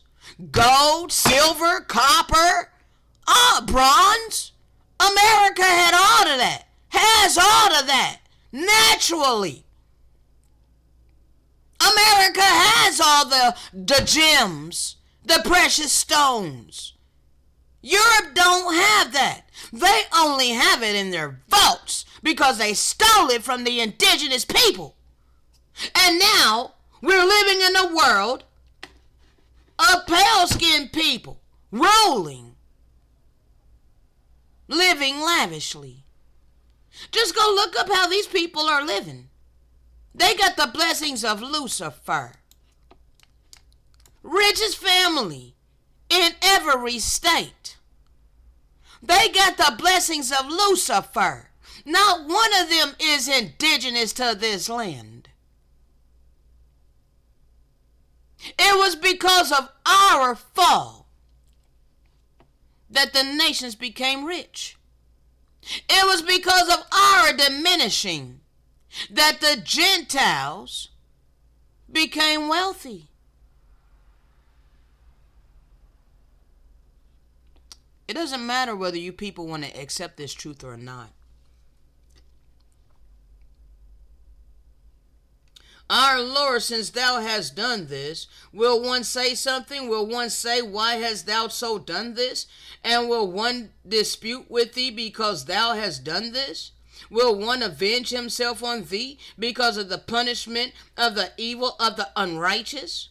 And if thou shalt destroy all the idolaters on earth, will one speak? Will one say, why did thou do this? For all of them are thy creatures. There is no other God. There is no other creator. For thou only art God. For thou alone commandest all things which are in heaven, which are on earth. And when thou givest judgment, it is righteous. No great ruler, no great emperor shall question thee, shall say to thee, why hast thou slain? Hast thou consumed my vassals? See, this is the Gentiles. You know, they literally used our scriptures, our records against us. All right. And our God warned us that this was going to happen to us. All right. And warned us that we would be in this captivity for a long continuance till different. Well, it's different now. Oh, our Lord, thou art wholly good. Everything that thou doest is all righteous, all good. For this reason, because thou art almighty, all is fulfilled in thee, all which is good, righteous. And because thy holy name reaches everywhere, thou hast mercy everywhere. O our Lord, thou makest known thy might, thy power to the idolaters who wish not to obey thee. And reverence thy eternal might, thy eternal power. Hence, thou increasest their misery even more, because of their disobedience. O Lord, thine is perfect, great might, and thou hast the might at once to destroy sinners when they offend thee, and thou doest in so do this, but still waiteth that in peace they may change their lives. Well, you got your wish, Gentiles. You brought so much hell upon his people that when he sent his spirit to awaken us in the land of our captivity, one like me ran into the arms of my Father. That's how horrid your terror was upon our people. That's how horrible you've made my life. That you've made my life such a hell to where I had no other option but to turn to my God. So you get your wish. Okay? So now his people are standing upon our feet in great boldness. And we're being obedient now. What you got to say about that now, Gentile? What you got to say about our obedience now? Okay?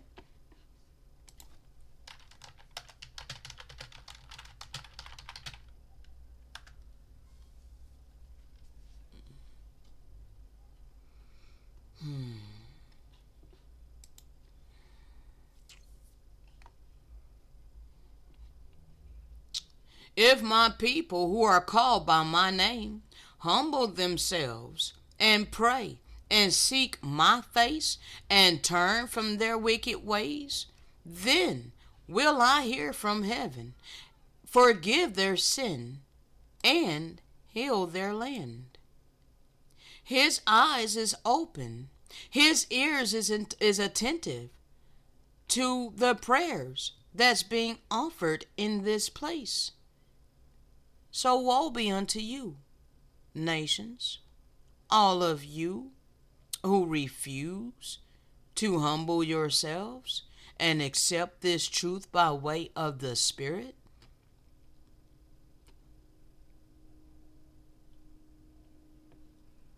Jeremiah 29.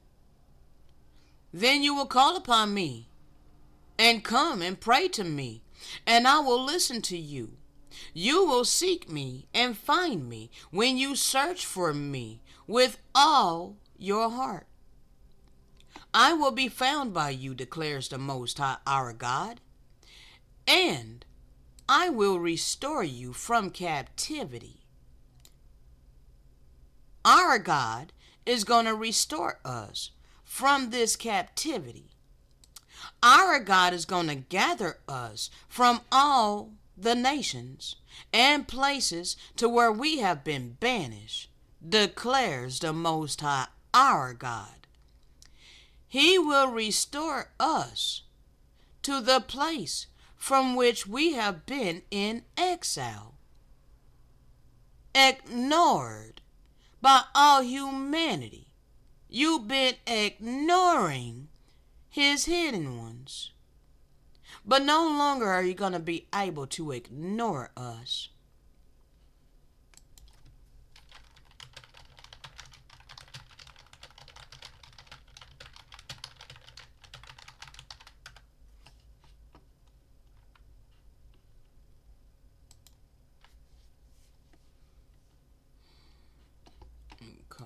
And you are in the valley of decision, but still yet, this is to us. Let's see, in that place. Oh, hold on, let me get it here. One second. In that place where they say you are not the people. Here we go. Now, Romans 9:26, and it shall come to pass that in the place where it is said unto us, you are not my people, there they shall be called the children of the living God. Alright? And that he might make known the riches of his glory on the vessels of mercy. Those of us with a childlike heart. Those of us who are compassionate, empathetic beings. Alright, on the vessels of mercy, which he had afore prepared unto glory, even us whom he has called, not of the Israelites only, but also of some of the Gentiles. Okay, he does have a portion of the Gentiles. All right, as he saith also in OC, I will call them my people, which were not my people, and her beloved, which was not my beloved. And it shall come to pass that in the place where it was said unto them, you are not my people, there they shall be called the children of the living God. Isaiah also crieth concerning Israel, though the number of the children of Israel be as the sand of the sea, a remnant shall be saved. For he will finish the work and cut it short in righteousness, because a short work will the Most High make upon the earth. And as Isaiah said before, except the Lord of Sabaoth had left us a seed, unless he had left us a seed, okay? We are that seed. We're here, okay, to speak the living word by way of the Spirit. to give you clarity and understanding. Because you were born in a deception. You were born in an illusion.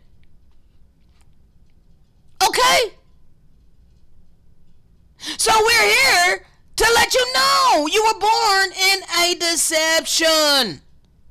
This world is an illusion.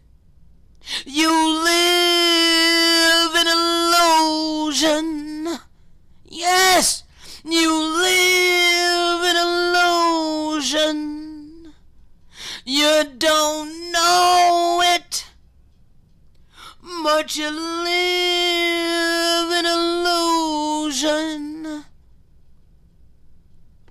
We're here to let you know, people, that you live in illusion. Okay? You live in illusion. So unless he had left us here to give you the clarity and understanding in these days, you'd be like Sodom and Gomorrah, having no warning before sudden destruction. The only ones that was warned within Sodom and Gomorrah was Lot and his wife. The rest of the town, they weren't warned because the whole damn town was wicked. They were all wicked. They were all corrupted in their hearts. Okay? It was not about homosexuality. Okay? It was way worse than just someone claiming to be homosexual. Okay? It was about the hardness of the heart. Okay? It was about a lack of compassion. It was about dictatorship and things being forced, including rape and sodomy, even of children. Okay? That's why Sodom and Gomorrah was destroyed. People went out of their way to be cruel. Okay? It was destroyed for that reason, not for mere titles of homosexuality. Alright? Gotta let go of that dogmatic belief system, people. Okay? So, we dealt with that. Alright?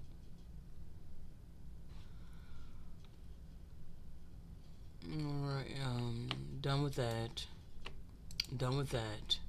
Okay, now we're getting ready to, get into this audio. 1 second. Make sure. Was that it, Father?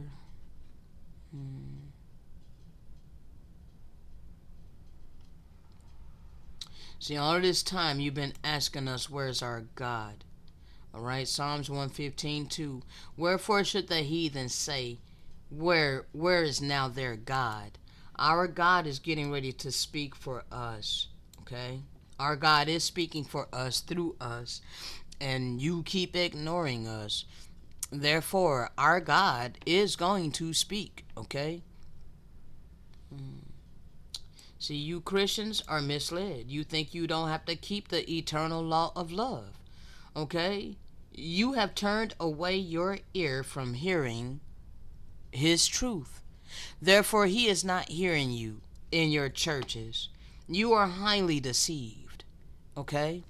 Your prayer is an abomination, alright? You're refusing to keep His eternal law of love, alright? Now, let me check my time. Okay, we're going on 2 hours. I really think that I'm going to end it here. Yeah, I think I'm going to end it here because it's almost 2 hours. And I don't think I'm going to come back today, people. Alright? Honestly, I had to get I had to be rejuvenated by way of the Spirit today. Because, quite frankly, I was feeling really like, what is the point, Father? What is the point? I'm tired, okay? So, He literally had to rejuvenate me, to get me to bring you this word today. All right, and so I did my due diligence to flow by way of the Spirit and give you what was upon my spirit today. And I don't have any more energy in me today, people. So not on this anyway. I might write a blog post because there is still a lot of things on my mind. You know, it's not fun living in the hateful world of the dead. You know, when your soul is set on fire and all you care about is truth and love and compassion and kindness and mercy and empathy, but yet you're surrounded by people who are refusing to show it unto you. You're surrounded by people who are doing nothing but stonewalling you. That leads me to something right quick. Let me go ahead and bring up this post that I made. It was upon my spirit, you know, because bruh, you people think this is easy. This ain't easy. All right, it ain't easy to be detested, okay, and for no good reason. You detest me because you love your wickedness, people. That's why you detest me. 1 second.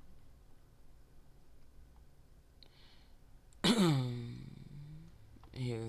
Okay, what is stonewalling? Alright.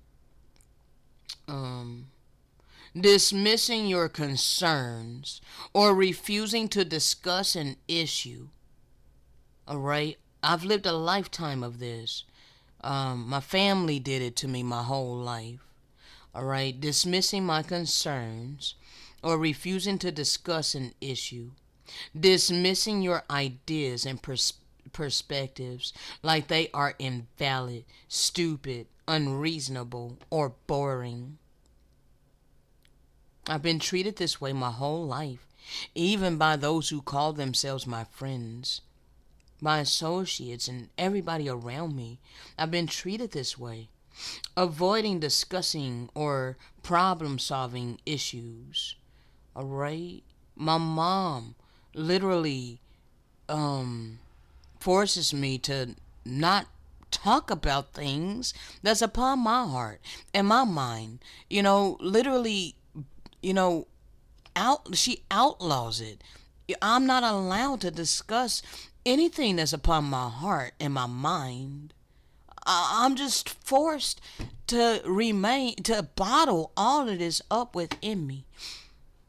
You know, and now that I'm instructed by the Most High God to be real and speak my heart, speak my mind, be authentic, the whole world has decided that they gonna ignore me. Avoiding discussing or problem solving issues, busying themselves while you're trying to talk to them, disregarding all the work that I put out here by way of the Spirit, spitting on it, acting as if it's irrelevant. Avoiding eye contact, staring past you or at their phone, watch TV. You know, act as if you are unimportant and have nothing of value to say. This is how I've been treated all of my life. Ignoring you when you speak. Every time I drop a new video, put it on my Facebook, they just ignore it. You see this? I tagged people to this. I think I did. I thought I did. But apparently Facebook didn't save it. You know, they didn't save any of my tags. I tagged people though. Yes, I did tag people. But Facebook didn't save it. I'm stonewalled by Facebook. Stonewalled by YouTube. But you see, it's ghosted. They ignore me when I speak. Eye rolling. Like, there you go again. Nobody cares about you. Nobody cares about what you say.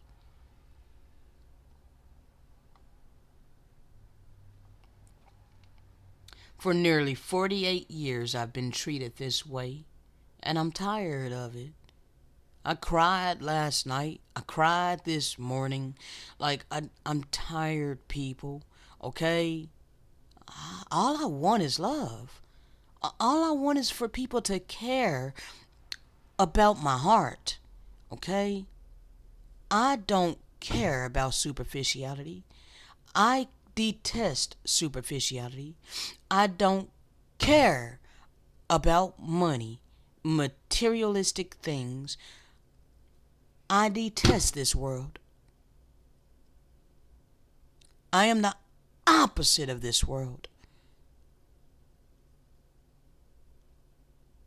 I long for people to begin to love me, to cherish me for my heart. Cherish that which the Father put within me, that which is burning deep within my soul. Just 'cause I don't give a damn about clout, praise, nor honors of men, it don't mean that I don't have feelings. It don't mean that I'm not a human being. It doesn't mean that I don't desire love and compassion, kindness, mercy, and empathy. These are the fruits of the Spirit that I've been demonstrating.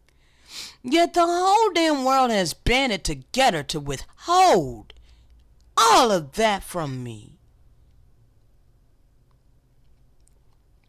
Therefore, I hurt greatly. It hurts that people go out of their way to show that they don't give a damn about me.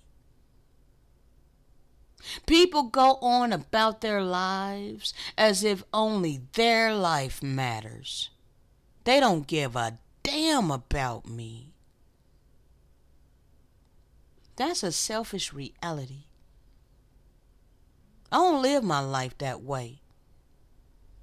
I treat people the way I want to be treated. I am kind-hearted. I'm tender-hearted. I'm generous. I give out of my own poverty.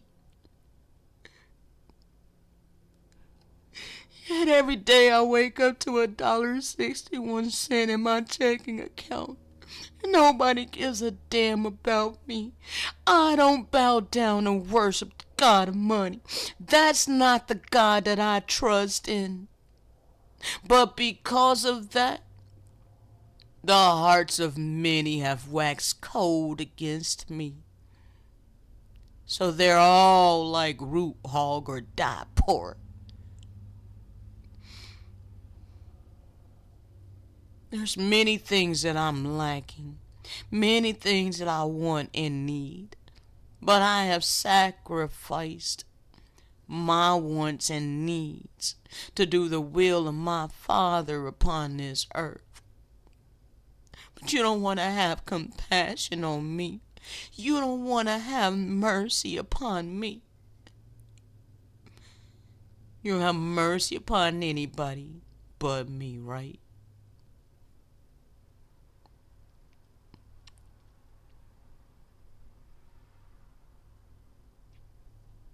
We were commanded by the eternal living God, infinite benevolence, to love one another as thyself.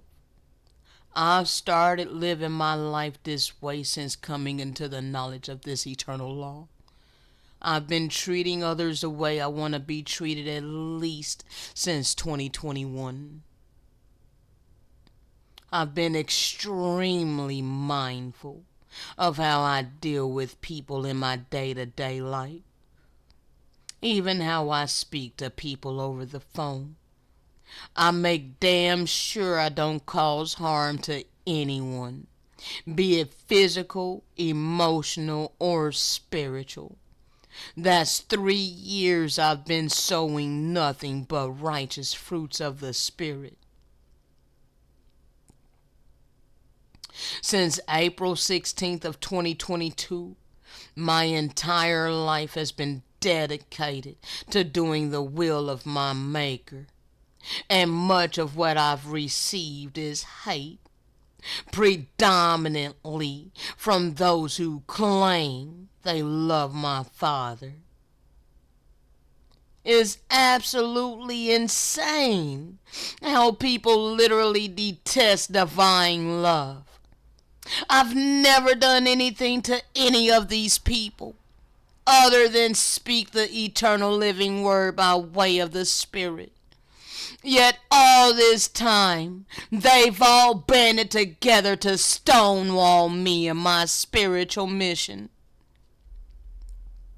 They have all shut up their bowels of compassion,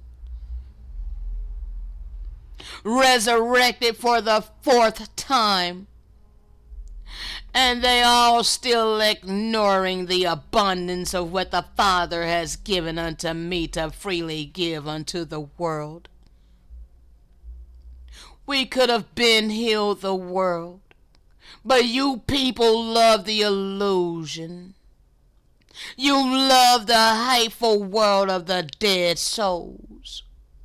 You care nothing for spiritual wealth. All you care about is carnality and superficiality. But go right ahead and ignore this too. Shalom.